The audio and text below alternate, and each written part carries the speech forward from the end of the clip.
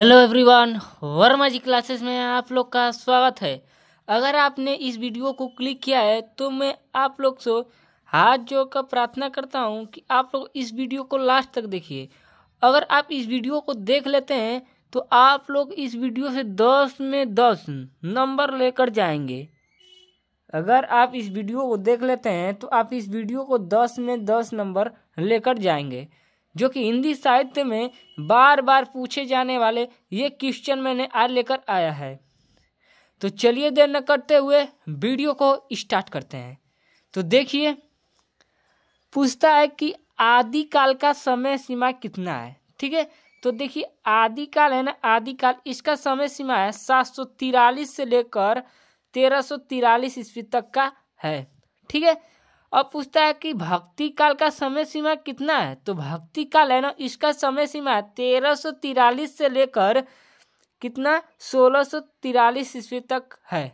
ठीक है, देखिए अगला आता है रीति काल। रीति काल जो कि हर बार पूछता है, आप कोई भी पेपर उठाकर देख लीजिए, 2023 या 2024 का पेपर उठा कर देख लीजिए, उसमें ये दिया हुआ है। ठीक है, इसका समय सीमा कितना है तो 1643 से लेकर 1843 ईस्वी तक का इसका समय सीमा है। ठीक है, देखिए अगला आता है आधुनिक काल। क्या? आधुनिक काल। ठीक है, इसका समय सीमा है 1843 से लेकर वर्तमान तक। ठीक है, ये भी पूछा है हर बार। ठीक है, आप 2024 का और 2023 का पेपर उठाकर देख लीजिए, इसमें ये वाले क्वेश्चन और ये वाले क्वेश्चन पूछा है। ठीक है, तो देखिए अगला आता है त्रिवेदी युग।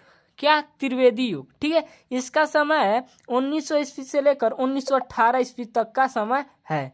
ठीक है, ये भी क्वेश्चन हर बार पूछा है, चाहे आप 2024 का पेपर लीजिए, 2023 का या 2019 का पेपर लीजिए, उसमें हर बार ये क्वेश्चन पूछे हैं।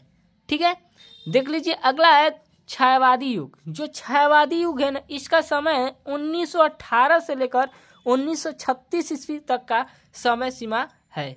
ठीक है, कितना है 1918 से लेकर 1936, या कहीं कहीं 1938 दे दिया होता है। ठीक है, या 1936 भी दिया रहेगा, उसको भी टिक लगा देंगे तो सही हो जाएगा, या कहीं कहीं आप लोग देखिए 1938 दे दिया रहेगा। ठीक है, 1918 से 1938 ईस्वी दे दिया होगा। ठीक है, तो वो भी ऑप्शन क्या हो जाएगा, सही हो जाएगा आप लोग का। ठीक है, तो चलिए अगला देखते हैं छायादोत्तर युग। तो देखिए अगला आता है छायादोत्तर युग। जो छायादोत्तर युग है ना, इसका समय सीमा है 1938 से लेकर 1947 ईस्वी तक का समय सीमा है। ठीक है, ये भी कभी कभी पूछ देता है। ठीक है, अगला आता है प्रगतिवादी काव्य धारा, यानी प्रगतिवादी का कितना समय सीमा है तो 1936 से लेकर 1943 ईस्वी तक का समय है। ठीक है, ये भी हर बार पूछा है बोर्ड एग्जाम में। ठीक है, अगला आता है प्रयोगवाद। प्रयोगवाद का समय है 1943 ईस्वी तक का है। ठीक है, तो चलिए अगला देखते हैं हम आदिकाल की जितने भी मोस्ट इम्पोर्टेंट रचना है जो कि हर बार पूछते हैं, उसके बारे में हम देख लेते हैं। ठीक है, अगला आता है आदिकाल। अगला रचना है क्या, चंद्रवरदाई। ठीक है, चंद्रवरदाई। चंद्रवरदाई की क्या रचना है तो पृथ्वीराज रासो है। पृथ्वीराज रासो है। ठीक है, देखिए ये 2019 में पूछा है, 2020 में पूछा है, 2021 में पूछा है, 2023 में पूछा है। ठीक है, ये 4 बार पूछा है ये वाला क्वेश्चन। ठीक है, और यहाँ से एक आप लोग एक और क्वेश्चन कर लीजिए। देखिए पूछता है कि हिंदी के प्रथम महाकाव्य कौन सा है तो यही है पृथ्वीराज रासो। और हिंदी के प्रथम कवि कौन है, यानी हिंदी के प्रथम महाकवि कौन है, चंद्रवरदाई है। ठीक है, ये भी पूछता है। ठीक है, अगला देखिए सारधर। सारधर जी की क्या रचना है तो देखिए हमीर रासो इनकी रचना है। क्या? हमीर रासो। ठीक है, देखिए 2020 में पूछा या 2019 में भी ये पूछा है क्वेश्चन। ठीक है, तो इसको लिख लीजिए। अगला आता है जगनीक। जगनीक की क्या रचना है तो परमाल रासो। क्या रचना है, परमाल रासो है। ठीक है, इसको कवर कर लीजिए, ये भी 2023 और 2024 में पूछा था। ठीक है, अगला आता है भक्ति काल। क्या? भक्ति काल।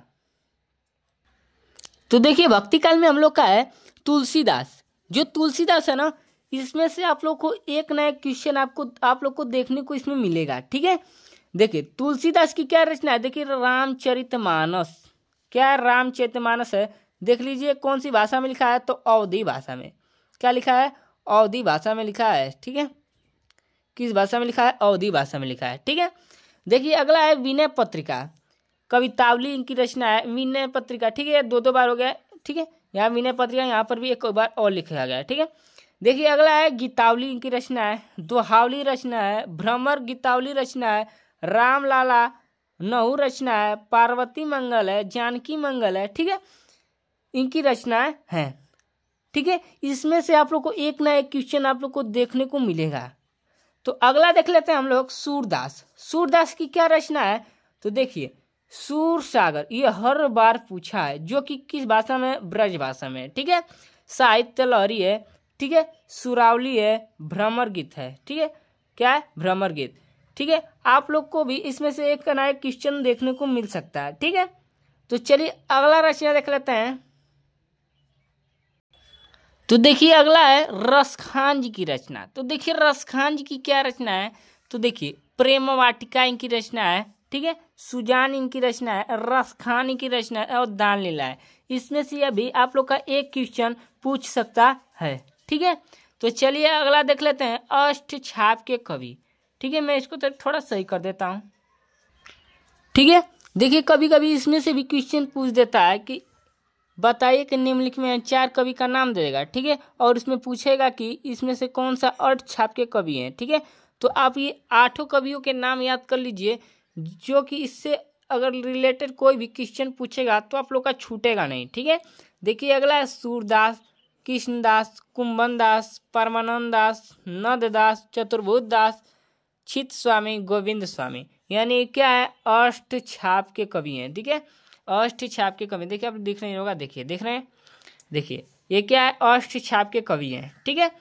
तो देख लीजिए अगला है रीतिकाल। रीतिकाल के जितने भी मोस्ट इम्पोर्टेंट जो कवि है उनसे जो रिलेटेड जितने भी सूत्र हैं, और सूत्र कराऊँ, जितने भी जो उनकी रचना है ना वो भी लेकर आए, ठीक है। देखिए रीतिकाल, जो बिहारी है, बिहारी ना, बिहारी की देख लीजिए क्या रचना है, बिहारी सतसई है, क्या है इनकी रचना, बिहारी सतसई है, ठीक है। ये इनकी एक ही रचना है, बिहारी सतसई, ठीक है। अगला देख लीजिए, इससे पूछता है कि अलंकृत काल यानी रीति काल को अलंकृत काल किसने कहा था, तो किसने कहा था, मित्र बंधु ने कहा था। किसने कहा था, मित्र बंधु ने कहा था, ठीक है। यहाँ पर मित्र मत कर लीजिए, मिश्र कर लीजिए, ठीक है, यहाँ पर थोड़ा मिस्टेक है, मिश्र कर लीजिए, ठीक है, यहाँ मित्र बंधु ने कहा था, ठीक है। अगला आता है, अब पूछता है कि रीति काल को श्रृंगार काल किसने कहा था, तो विश्वनाथ प्रसाद जी ने कहा था। किसने कहा था, विश्वनाथ प्रसाद जी ने, ठीक है। अगला देख लीजिए, तो देखिए अगला देख लीजिए, तो देखिए अगला था मतीराम। इससे बार बार क्वेश्चन पूछता है ललित लालाम, ये हर बार पूछा है, ठीक है।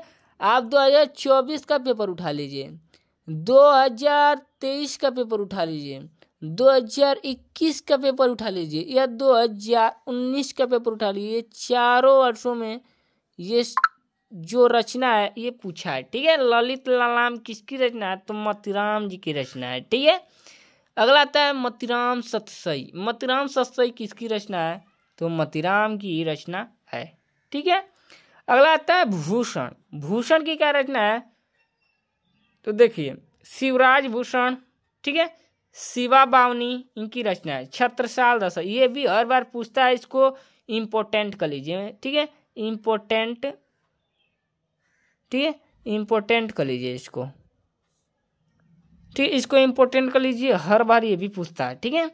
अगला आता है केशव दास। क्या, केशव दास। देखिए केशव दास की क्या रचना है, रामचंद्रिका इनकी रचना है, विज्ञान गीता है, रसिक प्रिय इनकी रचना है, ठीक है। देखिए जो रामचंद्रिका है ना, यह भी हर बार पूछता है, ठीक है। आप कोई भी पेपर उठा लीजिए उसमें भी रामचंद्रिका ये पूछा है, ठीक है।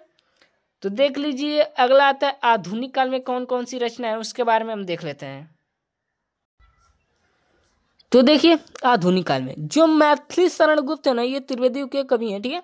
देखिए मैथिली शरण गुप्त है ना, इनसे क्या क्वेश्चन पूछता है, देखिए जयद्रथ वध किसकी रचना है, तो मैथिली शरण गुप्त की रचना है, ठीक है। और सबसे ज्यादा पूछता है साकेत। साकेत किसकी रचना है, तो मैथिली शरण गुप्त की रचना है, ठीक है। यशोधरा पूछता है, जय भारती, ये भी हर बार पूछा है, ठीक है। और ये हर बार भी पूछा है भारत भारती, ठीक है। मैथिली शरण की गुप्त की जो 5 रचनाएं ने ये हर वर्षों में ये बार बार ये रचनाएं पूछा है, ठीक है। तो आप इसको याद कर लीजिए। तो चलिए अगले रचना की तरफ हम चलते हैं। तो देखिए अगला था महादेवी वर्मा। इनकी भी जितनी भी रचना मैंने लिखा है वह हर बोर्ड एग्जाम में, यानी जितने भी बोर्ड एग्जाम हुए हैं, 2019 का बोर्ड एग्जाम ले लीजिए, ठीक है, 2020 का ले लीजिए, 2023 का ले लीजिए, ठीक है, जितने भी बोर्ड एग्जाम में हुए ना उसमें ये इनकी रचना हर एक ना एक पूछा है। और ये मुझे गारंटी है कि यह 2025 में भी इसमें से एक ना एक जरूर रचना आएगा, ठीक है। देखिए निहार इनकी रचना है, यामा इनकी रचना है, रसीम रचना है, नीरज है, अतीत का चलचित्र इनकी रचनाएं है, ठीक है। देखिए अगला रचना आता है सुमित्रा नंदन पंत। इनकी रचना है गुंजन। युगवाणी है, ठीक है, युगवाणी है। काला और बूढ़ा चांद ये भी हर बार पूछा है सुमित्रा नंदन पंत जी का, ठीक है। लोक यतन है, चिदम्बर है, ठीक है। ये जितने भी इनकी रचना है सुमित्रा नंदन पंत जी की ना वो हर बार पूछा है, ठीक है। इसको याद कर लीजिए। देखिए महत्वपूर्ण रचना है, ठीक है। आप कोई भी किताब उठा लीजिए, इसमें बहुत कम ही किताब में ये जितने भी रचना में लिखा है ना यहाँ पर वो बहुत कम ही किताब में देखने को मिलते हैं, ठीक है। तो चलिए देख लेते हैं। देखिए ये पूछता है कि परीक्षा गुरु कौन किस विधा की रचना है। तो उपन्यास है और ये हिंदी का प्रथम उपन्यास भी है, ठीक है, ठीक है। हिंदी का पूछेगा कि हिंदी का प्रथम उपन्यास कौन सा है तो परीक्षा गुरु है, ठीक है। या ऐसे दे देगा कि परीक्षा गुरु किस विधा की रचना है तो किस विधा की रचना है उपन्यास, ठीक है। तो देख लीजिए अगला सरहप्पा, ठीक है। सरहप्पा जो कि हिंदी के क्या है प्रथम कवि है, हिंदी के प्रथम कवि है, ठीक है। हिंदी के कौन से कवि है प्रथम कवि है, ठीक है। अब देखिए इनकी रचना लिख लीजिए, दोहा कोश इनकी रचना है, दोहा कोश, ठीक है, दोहा कोश, ठीक है। इन दोहा कोश इनकी रचना है सरहप्पा जी की, ठीक है। अगला आता है नहुष जो कि हिंदी का प्रथम नाटक है, ठीक है। ऐसे दे देगा नहुष किस विधा की रचना है तो नाटक विधा की रचना है, ठीक है। तो देख लीजिए अगला एक घूट जो कि हिंदी का प्रथम क्या है, हिंदी का प्रथम एकांकी है, ठीक है। यहाँ पर नाटक हो गया, आप यहाँ पर एकांकी कर लीजिएगा, एकांकी, ठीक है, एकांकी है। देखिए अगला आता है, पूछता है कि सिंदूर की होली किसकी रचना है तो लक्ष्मी नारायण मिश्र की रचना है, ठीक है, लक्ष्मी नारायण मिश्र की रचना है। अगला पूछता है रक्षाबंधन किसकी रचना है तो देखिए हरिकृष्ण प्रेमी जी की रचना, हरिकृष्ण प्रेमी जी की, ठीक है। तो देख लीजिए अगला पूछेगा कि तौलिया किस विधा की रचना है, ये तौलिया तो एकांकी विधा की रचना है, ठीक है। अगर आपने वीडियो को लास्ट तक देखा होगा तो आप इस वीडियो से 10 में 10 नंबर लेकर जाएंगे और यहीं से 10 में नंबर आप लोग का कवर हो जाएगा, ठीक है।